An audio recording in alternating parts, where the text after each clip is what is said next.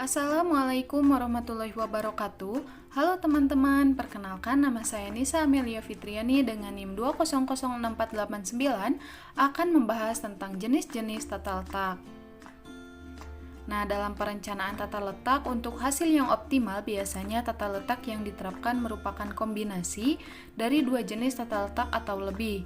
Nah, tata letak itu sendiri memiliki beberapa jenis, yaitu yang pertama ada tata letak berdasarkan produk, yaitu tata letak yang memproduksi satu macam produk atau kelompok produk dalam jumlah yang besar dan waktu produksi yang lama dan fasilitas produksi diatur menurut prinsip mesin after mesin. Nah, bisa dilihat pada gambar berikut yang merupakan gambaran tentang tata letak berdasarkan produk. Selanjutnya, sifat tata letak berdasarkan produk. Yang pertama, ada produknya memiliki jenis yang sedikit, tetapi menghasilkan volume yang banyak. Yang kedua, mesin yang digunakan dalam tata letak ini adalah mesin khusus. Yang ketiga, tenaga kerja harus profesional dengan tenaga khusus yang sesuai kebutuhan mesin.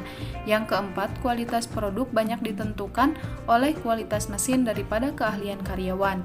Dan yang terakhir, kapasitas mesin yang seimbang.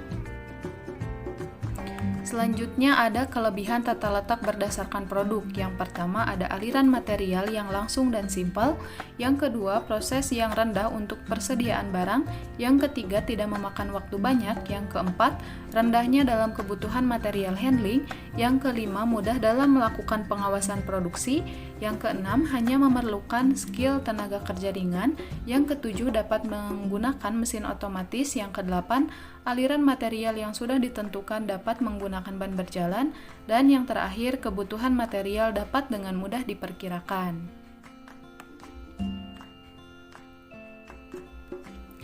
Contohnya itu seperti PT Teh Celup 88 yang merupakan perusahaan yang bergerak di bidang agroindustri dengan produk unggulan yaitu Teh Celup 88. Nah, PT Teh Celup 88 ini memproduksi teh celup dengan mesin dan peralatan yang modern serta dijamin keamanan dan kebersihannya. Misi perusahaan PT Teh Celup 88 itu sendiri yaitu menggunakan bahan baku berkualitas tinggi dengan proses produksi yang menggunakan peralatan canggih sehingga menghasilkan produk teh yang berkualitas, aman, sehat, dan ternama.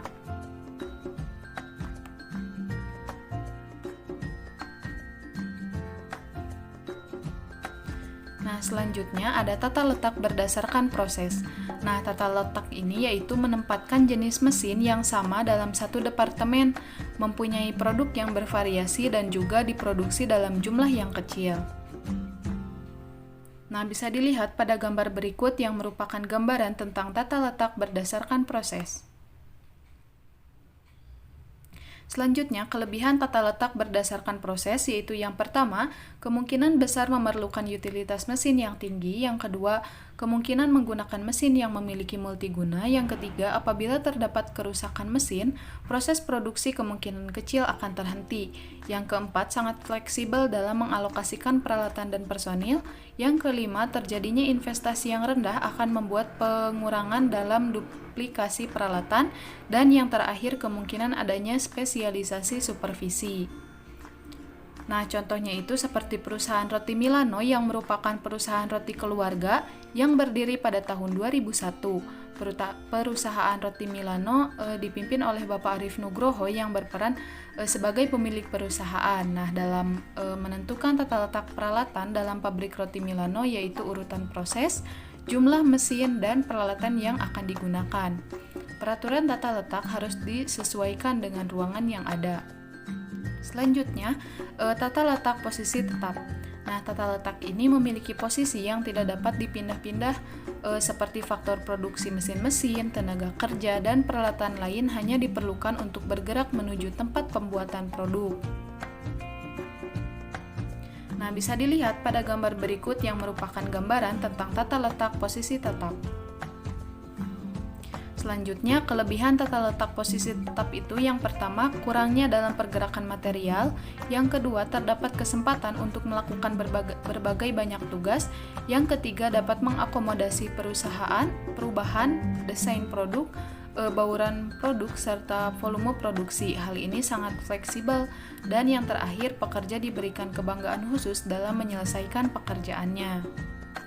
Nah, contohnya itu seperti ruang operasi. Jadi, pasien tetap di tempat serta personil medis dan peralatan dibawa ke lokasi. Yang kedua, seperti membangun sebuah rumah pasti dikerjakan di tempat dengan peralatan, bahan, dan pekerja yang dibawa ke lokasi. Selanjutnya ada tata letak grup teknologi, yaitu merupakan tata letak yang mengelompokkan komponen yang akan dibuat berdasarkan kesamaan dalam proses dan merupakan kombinasi dari tipe tata letak produk dan proses. Nah, bisa dilihat pada gambar berikut yang merupakan tata letak grup teknologi. Selanjutnya, kelebihan dari tata letak grup teknologi yaitu yang pertama, biaya yang dikeluarkan tidak banyak atau lebih hemat. Yang kedua, dengan mudah mengetahui kelompok-kelompok produk berada. Yang ketiga, pengiriman barang memerlukan waktu yang lebih cepat. Dan yang terakhir, biaya tetap dapat dikurangi. Contohnya itu seperti pabrik alat mesin, alat dan mesin pertanian atau Alsintan, pabrik pembuatan suku cadang, dan pabrik perakitan seperti mobil, motor, dan elektronika. Nah, selanjutnya ada tata letak kantor. Nah, tata letak kantor merupakan pengaturan dan penyusunan seluruh mesin kantor, alat, perlengkapan kantor, serta perabot kantor pada tempat yang tepat, sehingga pegawai bisa bekerja dengan nyaman, baik, bebas, dan leluasa untuk bergerak. Terdapat beberapa jenis tata ruang kantor, yaitu yang pertama ada tata ruang kantor tertutup atau berkamar, yaitu merupakan tata ruang kantor di mana masing-masing orang dalam kantor dipisahkan melalui sekat sehingga ruang kerja terdiri dari kamar-kamar privat untuk melakukan berbagai aktivitas pekerjaannya. Nah, bisa dilihat pada gambar berikut yang merupakan contoh dari tata letak kantor tertutup. Yang kedua, tata ruang kantor terbuka. Nah, tata ruang kantor ini merupakan ruangan kerja yang di dalamnya terdapat banyak karyawan maupun divisi kerja yang tidak dipisahkan oleh pembatas apapun, sehingga ruangan kerja terlihat cukup luas. Ruangan kerja seperti ini biasanya karyawan dapat menempati satu meja khusus dan bisa juga dalam satu meja itu ditempati oleh beberapa karyawan sekaligus. Nah, bisa dilihat pada gambar berikut yang merupakan contoh dari tata ruang kantor terbuka. Yang ketiga ada tata ruang kantor berpanorama. Nah, tata ruang ini merupakan ruangan kerja yang dihiasi oleh berbagai elemen hias untuk mempercantik ruangan kantor. Beberapa elemen hias ini bisa berupa tanaman hidup, tanaman sintetis, maupun bahan dekorasi lain seperti kain, styrofoam, gabus, dan lain sebagainya.